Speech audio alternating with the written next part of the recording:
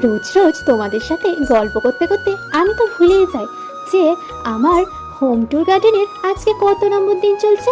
আজকেই দেখো না কি সুন্দর রোদ বেরিয়েছে, আর আমি তো চিন্তায় পড়ে গেছি যে আজকের সিরিজে আমি তোমাদের কি গাছ দেখাবো। তো আমি ভাবলাম অনেক চিন্তা করে একটা ফলের গাছ রাখি, কারণ এতদিন ধরে তোমরা নানা রকমের পাতাবাহার গাছ দেখে দেখে পুরোপুরি মাথা খারাপ অবস্থা হয়ে গিয়েছে। সেই জন্য আজকে রাখলাম এই ফলের গাছটা। তো তোমরা আমাকে চটপট কমেন্ট করে জানাও তোমাদের এলাকায় এই ফলটাকে তোমরা কি নামে চেনো। আর আমাদের এলাকায় এই ফলটাকে আমি যেটা বলি সেটা হলো কামরাঙা।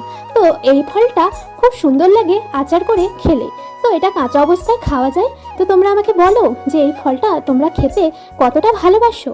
আর আমার আগের পোস্টগুলোতে যারা কমেন্ট করেছে আর রিয়্যাক্ট করেছে তাদেরকে অনেক অনেক ধন্যবাদ জানাই। তো তোমরা কোথা থেকে আমার ভিডিও দেখছো সেটা কিন্তু অবশ্যই আমাকে জানিও।